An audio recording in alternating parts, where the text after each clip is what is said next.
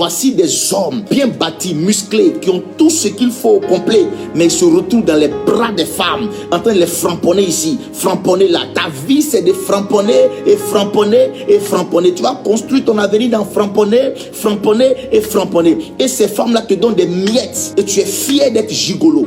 Gros paresseux. Tu ne travaillais pas, mais tu vis dans la poche des femmes. Tu vis dans le sac à main des femmes. Bien-aimé, laisse-moi te dire quelque chose. Tu as besoin de délivrance. Tu as besoin de délivrance parce que Dieu ne t'a pas envoyé sur la terre ici pour dire que toi, Gabriel, tu es sur la terre pour être gigolo. Est-ce que tu m'entends? Dieu t'a créé, il t'a envoyé sur la terre pour être gigolo. C'est-à-dire que ton bangala, tu le prends pour framponner les femmes et puis on te donne 10 euros, 30 euros, 50 euros, 60 euros. Mon ami, tu n'es pas loin de la malédiction. Tu n'es pas loin de la malédiction. Je suis en train de parler à l'esprit de quelqu'un. Tu n'es pas loin de la malédiction. Un homme là, il doit travailler. Un homme doit travailler. Un homme doit se battre. Un homme doit lutter. Ce n'est pas une femme qui va venir s'occuper de toi. Non seulement elle va payer le loyer, elle va payer les factures. Mon ami, toi tu fais quoi? Tu framponnes seulement. Tu as la télécommande en main, tu es sur Netflix. Elle va se lever à 4 h du matin. Elle va aller travailler. Elle va rentrer à 19 h. Toute la journée, toi tu es couché dans le canapé. Tu as la télécommande en main. Tu es sur Netflix. Tu regardes toutes les séries de Netflix. Tout ce que tu attends qu'elle rentre le soir pour que tu puisses la framponner. C'est-à-dire que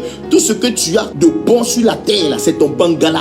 C'est-à-dire que toi tu comptes sur le bangala. C'est sur ça que tu comptes. Le bazooka. C'est voilà ton espoir. Ton espoir et ta foi. C'est-à-dire que ta foi n'est pas placée en Dieu. Ta foi, ta confiance n'est pas placée en Dieu. Ta foi n'est pas placée en Jésus-Christ. Mais ta foi est placée dans ton bangala. C'est ton bangala qui est ta foi. Parce que c'est sur ça que tu comptes. C'est grâce au bangala que tu vas manger. Grâce au bangala tu vas vivre. Grâce au bien-aimé, le don spirituel que tu as eu sur la terre, c'est le bangala.